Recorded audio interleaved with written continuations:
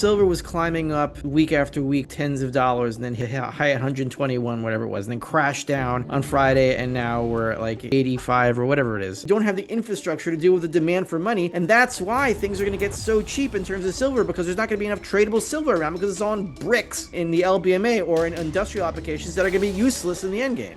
There's only 2 refineries, and they're going the wrong way. I'm boots on the ground with refiners. I deal directly with refiners for many, many years. They are absolutely dark when it comes to giving out any information, who they're getting metal from and where it's going. I think we're going to see over $100 silver. I don't think we're going to see $50 silver. But people got to remember, we're not dealing with a free marketplace. And if there's a lot of power and a lot of money, the COMEX is probably one of the most, I call it the crooked casino, that caters to whales. Where do they make all their money? They don't make it off you and I necessarily. They make it off these huge banks that take billions of dollars worth of paper that don't exist, and they make their percentage. That's how COMEX makes their money. And the only big demand right now for silver is for LBMA COMEX 1,000-ounce bars. It ain't retail. Retail ain't buying this silver. I was talking to Phil about this in my last video, the bitter draft guy. Silver is being forced back up the supply chain from retail to bars, or from retail to industrial, right? But in a collapse of the dollar scenario, you're not going to need the silver up there. You're going to need it down at ground level so people can trade things, at least for a while. I don't think we're going to be in a world where people are trading silver coins for years or decades at a time. But I do think that in the immediate collapse of the dollar, which is going to happen, in the immediate aftermath of that, you're going to need silver coins for maybe a few months, maybe a year, something like that, just for emergencies. And if we take what causes the boom and bust cycle, what makes a boom and a bust happen is the delay between gold prices and the consumer price index. That's the delay is what makes the boom, right? Because monetary conditions change and gold and silver pick up on that immediately. But it takes time for the supply chain to filter down from gold prices all the way down to the end consumer product, which might be an iPhone or whatever it is that has the gold and silver in it. And in the meantime, before prices catch up, everyone feels richer. Markets often celebrate rising asset prices long before inflation shows up in everyday spending. As Rafi Farber suggests here, metals reacting faster than CPI reflects liquidity moving ahead of real economy pricing. Something seen during the 2020 stimulus surge when gold jumped before CPI crossed 5% in 2021. The lag between monetary expansion and consumer prices is historically tied to boom-bust cycles, especially after aggressive Fed balance sheet growth. Investors should remember perceived wealth often rises before purchasing power falls. Rafi Farber's next point hints at what happens when that illusion disappears. But then the bust comes, and then gold and silver go up relative to everything else. Yes, gold and silver go down in dollar prices too in the bust, but they still go up. They go up extremely relative to everything else, which crashes much more than gold, mostly gold. So what we're talking about here is what it verifies what my theory is as to the immediate aftermath of the end game. For a few months, maybe a half a year, maybe a little bit less, assets are going to go very, very cheap in terms of silver specifically, because we have this huge bet, because the structure of the market doesn't make any sense for what money should be. There's only 2 refineries, and they're going the wrong way, right? They're taking coins and they're making them into bars, or they're making them into industry applications or whatever. Maybe not. That's my point. Maybe they're not making coins. They're not mints, right? Yeah. They're not making it for retail, right? Yeah. Whatever Even they're doing the exactly. Stuff. Yeah. Whatever they're doing exactly, they're not distributing silver for monetary purposes. They're doing it for industrial purposes. And this reflected in what the business cycle really is, because as inflation progresses, it concentrates capital so that you have these huge corporations, these huge conglomerates, Monsanto, these insurance conglomerates that control blocks and blocks of hospitals, and they make everything very stilted so that you can't have any personal decisions in anything, right? When everything becomes so centralized, that's the symptom of a very inflated economy. Relative performance often matters more than absolute price during crashes. As Rafi Farber points out, gold falling less than equities still means purchasing power protection. similar to 2008 when the S&P 500 fell 37%, while gold ended the year positive. Inflation cycles frequently concentrate corporate power, visible today with the top 10 S&P companies making up over 30% of index weight. That concentration signals liquidity distortion rather than healthy growth. When capital centralizes, markets become fragile. Rafi Farber next connects that fragility directly to supply chain stress in silver markets. And then when everything reverses itself, there's not going to be enough infrastructure when the demand for coins comes from, like, industry demand, I think is going to collapse. And once industry demand collapses, because in a hyper deflate or hyperinflation, industry demand collapses for everything, and the prices of all capital go way down, and the prices of consumer prices go way up. So you're going to have all this demand for coins and none of this demand for industry. So all the silver that's being forced up the chain right now is going to have to be sucked back down. It's Megamate. She's gone from suck to blow. What? But we don't have the infrastructure to deal with the demand for money, and that's why things are going to get so cheap in terms of silver, because there's not going to be enough tradable silver around, because it's all in bricks in the LBMA or in industrial applications that are going to be useless in the end game. When silver was climbing up week after week, tens of dollars, and then hit a high at 121, whatever it was, and then crashed down on Friday, and now we're at like 85 or whatever it is. Liquidity crises rarely start where investors expect. As Rafi Farber implies, infrastructure shortages, not just price moves, can drive panic, similar to March 2020, when treasury markets briefly froze despite being the safest asset class. Industrial demand accounts for roughly 55% of global silver usage, so a collapse there could distort pricing dramatically. When supply chains cannot convert bullion into retail forms quickly, premiums spike even during falling spot prices. That mismatch affects everyday investors more than institutions. Rafi Farber next shifts toward how dealers themselves are reacting to this stress. Brian Kuzmar on the line of commercial rare coins and precious metals of Lauderdale by the Sea, Fort Lauderdale, Florida. I'm boots on the ground with refiners. A lot of guys out there that aren't. I deal directly with refiners for many years. I'm on the phone with them. I talk to them. I query them. And let me tell you one thing about refiners. They are absolutely dark when it comes to giving out any information on who they're getting metal from and where it's going. Dark. How does Silver Institute, by the way, who blocked me, they don't talk to me anymore. How are you hedging your inventory? Has it been any more difficult lately with the craziness in the COMEX? How have you been protecting yourself against these crazy swings? Well, it's funny you mention that, because I've been putting the message out there in my industry. And in my industry, we have a form of communication like a teletype, or it used to be called teletype system. Now it's gets show my age, teletypes. We have a system we communicate on. And I've been putting out there pretty much that, right now, I'm going to tell you how I do it, which is going to surprise a lot of people. But yeah, there are a lot of dealers out there that use hedging and leveraging, hedging primarily to hedge their positions and stuff. Otherwise, they'd get whacked really bad because of day-to-day operations. And my understanding, there's a big issue with hedging, even amongst the dealers out there. Hedging is costing a fortune. They're not even hedging. Some of the largest wholesalers out there that buy and sell gold and silver. When hedging becomes too expensive, market stability quietly disappears. As Rafi Farber highlights here, volatility in futures markets can make traditional dealer hedging ineffective, something seen when COMEX margin requirements surged during past metal spikes. In 2022 to 2024, derivatives volatility pushed hedging costs sharply higher across commodities markets. If wholesalers stop hedging, inventory risk moves directly onto balance sheets, increasing bankruptcy risk during price swings. That's a structural risk most retail investors never see. Rafi Farber's next insight shows how refinery behavior may amplify that pressure across the bullion industry. This is a dangerous time, by the way, too. You could have a completely a good entity, that meaning not a bad company, go belly up because of someone else, and that's what we could potentially be looking at in the coin and bar market right now in this industry. Not rare coins, but in the bullion industry right now. We could be looking at some people going belly up because of issues with hedging. In fact, Metal Ore just announced that they will not. Metal Ore buys my gold. I still sell a lot of gold to Metal Ore scrap. All right, they had to close down for a week, and I didn't realize it was because of the snow. They had to close down for a week, so they've stopped. That's what they said. They stopped for a week taking in any new metal. And Metal Ore is a huge operation again, and they're not hedging. They said on gold they're not going to hedge.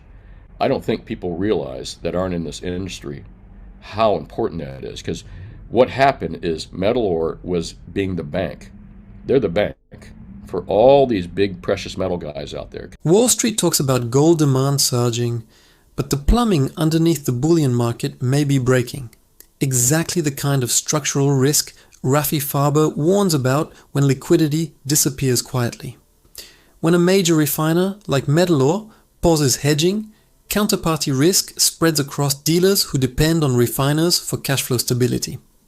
Historically, during the 2008 liquidity freeze, even solvent commodity firms collapsed because financing pipelines stopped, not because demand vanished. Hedging isn't speculation. It's survival insurance for inventory businesses exposed to daily price swings. If refiners stop acting like banks, the retail bullion chain weakens fast. And as he hints, the next development could reveal who in this market is over-leveraged. Because these precious metal guys will go out there and they'll take their millions of dollars or 100,000, whatever it is, and they'll buy gold with it, and they'll immediately send it to the refiner. And when the refiner gets it and looks and says, okay, we got this weight, it appears to be this carat, you want front money. So they were able to get their front money. They were able to get some of their money back real quickly that they could put back out on the street. Well, guess what? They're not getting that front money. There's no front money anymore. So you wait 7 to 10 days for your lot to get done, and then you get paid. This is devastating for the coin and bar industry, people that don't have deep pockets. Even the deep pocket guys are loaded to the gills and use that hedging too. So not the ability not to lock in this metal, and again, think about the risk on that. You just spent $10 million on scrap gold, and scrap gold. We'll talk about scrap gold because that's the only thing you can send into a refiner right now. And you call up your refiner and you overnight it, you drive it over there, you get it into them the same day. Liquidity delays, not price crashes, are often what destroy commodity businesses, something Rafi Farber has repeatedly emphasized when discussing market structure risk. Removing front money financing effectively converts a high-velocity inventory model into a slow settlement business overnight. A 7 to 10 day payment delay on millions of dollars of metal dramatically increases exposure to price volatility, especially when gold futures can swing 2 to 3% in a single trading session. Smaller dealers operating on thin margins suddenly face financing stress similar to repo market tightening during the March 2020 liquidity crisis. This isn't about demand disappearing, it's about capital flow slowing. And as he suggests, cash flow risk often appears before price volatility spikes. And they look at it, and typically in the past, that day or next day, they'd say, okay, how much front money you want? And then you're covered for the most part because you don't have to worry about market risk. No more. This has profound effects in the coin and bullion industry that most people don't know, especially unless you're in this industry. I don't think people know how serious bad it is right now. Let me say it in my words and tell me if I'm right. So there could be a situation at X volatility in the futures markets that hedging will become impossible, and the price differentials will just seize up the entire retail gold and silver industry, and nobody will be able to buy or sell anything anymore. And that'll. No, that's already what happened right now. It's happening right now. It's already happened. For example, I'm going to look at one of the major wholesaler sheets right now. All right, and a bunch of them. Ready? From 90% when it comes to the buy side. Ready? It doesn't give a bid price. Filled. When bid sheets start showing filled instead of prices, that's a liquidity signal. The same type of warning Rafi Farber highlights when futures volatility disconnects from physical markets. Hedging depends on functioning futures markets, but when volatility spikes beyond margin tolerance, dealers can't offset risk effectively. We saw similar dysfunction during the March 2020 silver dislocation, when futures and physical premiums diverged sharply. Market makers step back first, then wholesalers, and finally retail liquidity freezes. That chain reaction matters more than spot price headlines because price discovery begins to fail. Investors rarely see this stage until spreads widen dramatically. As he implies, the next phase of stress usually shows up in premiums before spot prices move. 40% filled, 100-ounce bars filled, 1-ounce bars filled, 10-ounce bars filled, kilo bars filled, U.S. Morgan dollars filled, peace dollars filled. Filled. You know what that means? They're not buying. Mm-hmm. We're here. We're here already. There is billions of dollars worth of product right now that's just sitting in dealers' hands. All right. So the lights are already flickering. They're off. The lights are off. What products are they buying? I tell you, there's two products that they're buying right now: Silver Eagles and Silver Maple Leafs, because there's still a liquidity for them right now. Now, we're at epic levels. You would think that I could sell my gold or silver anywhere. No. There's a lot of people out here right now that can't sell their 100-ounce bars anywhere. They come to me, they go to the other guys, everybody's saying no. You know, this is not just me that's saying no, and that's not just that particular wholesaler. The entire industry is saying no to most of these products right now. We're sending people home. I have never, ever in my lifetime, and it felt so foreign to me to tell people I'm not buying that. I'm a businessman. Headlines say precious metals demand is strong, yet liquidity concentrating into just two retail coins is the distortion Rafi Farber often flags during market stress. When only Silver Eagles and Maple Leafs remain liquid, the market is signaling trust in government-minted products over generic bars. That's a classic flight to liquidity pattern seen in financial crises, similar to treasury bill demand surging during equity sell-offs. Billions in dealer inventory sitting unsold suggest distribution bottlenecks rather than weak demand. A structural imbalance investors rarely see discussed. Physical markets don't freeze gradually. They freeze product by product. And as he warns, liquidity concentration often precedes sudden premium spikes. Doesn't that mean to you that silver prices are going to go down soon? No, because Why not? your first instinct is that we're loaded up with so much damn silver. That's so many sellers, but that's not the case. We're not seeing even a fraction of the sellers we saw in 1980 and 2011. The reason that there's such a backlog and it's so filled up because they're not taking it from us. They're not taking it from bullion and scrap. They're taking it from mines, probably, you know. And then people say, well, there's Scottsdale and there's all these other refiners out there. But the problem with that is that even all these refiners out there, there's more than refiners than just Assai and Metal Ore, all right? But they're the only two that produce COMEX and LBMA rated products. And the only big demand right now for silver is for LBMA COMEX 1,000-ounce bars. It ain't retail. Retail ain't buying this silver.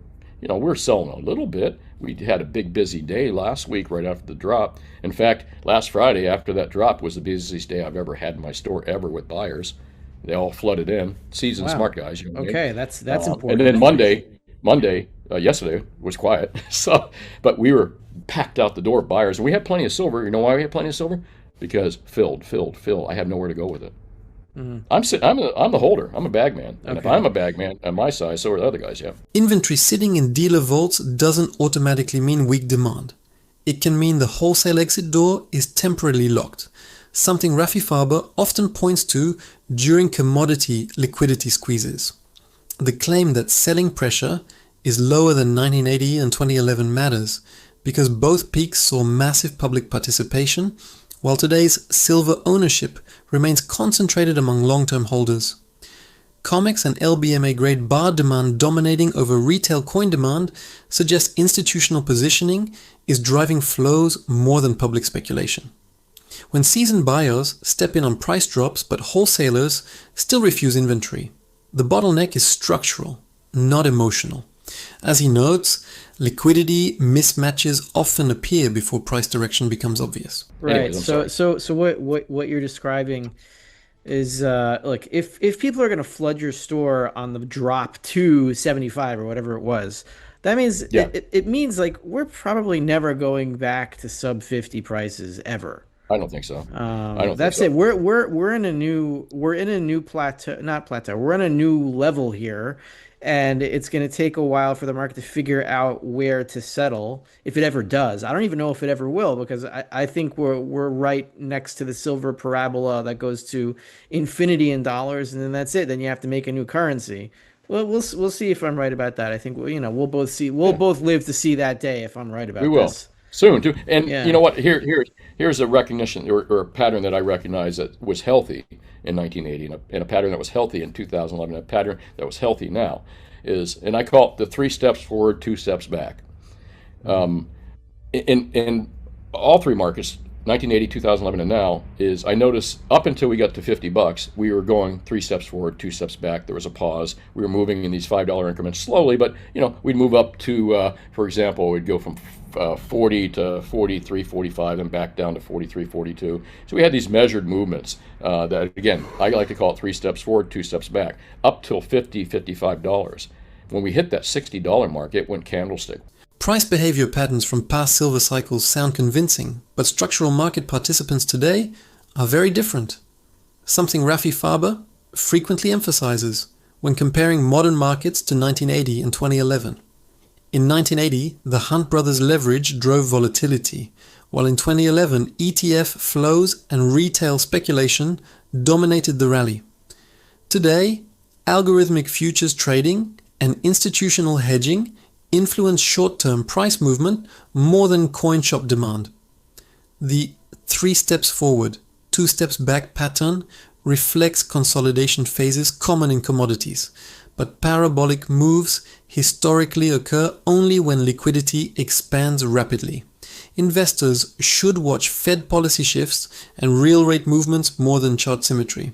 As he suggests, the next catalyst will likely come from monetary policy, not retail demand. And I recognize it. I said, well, and I recognize it in the 2011 market. I recognize it in the 1980 market when we hit that candlestick pattern. You know what I mean? Because after a certain time, and like I said, so I think we're back to that 3 steps forward, 2 steps, back pattern again right now. Maybe the speculative longs have been washed out. There's so many reasons why people talk about where silver's at right now, but I think we're back in that. And I think we're going to see. I think we're going to see over $100 silver sooner than later, in my opinion. I don't think we're going to see $50 silver. But again, people got to remember we're not dealing with a free marketplace and a free organic marketplace. We're not. We're dealing with a marketplace that there's a lot of power and a lot of money that can really move things around. And in my opinion, the COMEX is probably one of the most. I call it the crooked casino that caters to whales. And if you think about it, COMEX, where do they make all their money? They don't make it off you and I necessarily. They make it off these huge banks that take these billions of dollars worth of paper that don't exist, and they make their percentage. That's how COMEX makes their money. So they're going to encourage that. Claims of a non-free marketplace often emerge when futures positioning becomes dominant, and Rafi Farber has argued that leveraged paper markets can overshadow physical supply signals. COMEX volume regularly exceeds global annual silver production many times over, showing how derivatives shape price discovery.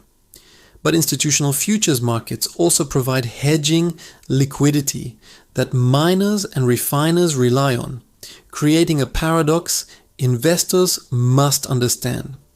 Predictions of $100 silver depend less on manipulation narratives and more on macro drivers like inflation persistence and dollar weakness. When speculative longs are washed out, volatility often decreases before the next trend forms. As he reminds investors, sentiment resets usually matter more than conspiracy narratives. When But anyways, demand goes back, to the retail because you need silver to transact, then all of those bars in the COMEX will be forced into mints and then made into coins so that people can trade. yeah. And then once they do, then we'll be able to make a new currency, and hopefully this time it won't be inflated. And we'll have some honest money for a few decades before people start stealing it again. The next generation starts corrupting itself, but or not. Maybe we're headed into some new era where humanity will be honest because there's a change in human nature or something. I don't know. I'm just I want to imagining. say that the United States has gone to a gold and silver standard. We've gone back to a gold and silver standard. When did we do it? When the silver eagle came out, and the gold eagle. That's a gold standard. That is a gold. It's a gold coin with a denomination of $50 on it. It is a real, So we are back on the gold standard in a small kind of way, which is interesting as well if you think. about it. I don't know if they purposely did that, but really, they put us back on a gold standard by making gold and silver eagles. The idea that bullion coins represent a return to a gold standard sounds appealing, but Rafi Farber often clarifies that legal tender coins don't anchor monetary policy or currency supply. The US left the gold standard in 1971, and modern money supply growth, over 35% expansion between 2020 and 2022, reflects fiat policy, not metal backing. Silver eagles function as investment products, not circulating currency, since their face value is far below metal value. Real currency reform would require central bank reserve backing, not mint production. Still, rising retail interest signals declining trust in fiat systems. And as he argues, confidence in currency ultimately determines precious metal demand.